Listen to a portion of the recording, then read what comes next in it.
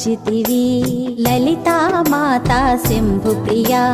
జగతికి మూలం నీవమ్మా శ్రీ భువనేశ్వరి అవతారం జగమంతటికి ఆధారం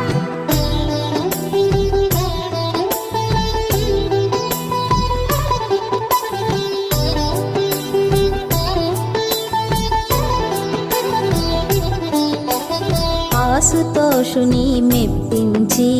అర్ధ శరీరం దాల్చితివి ఆది ప్రకృతి రూపిణిగా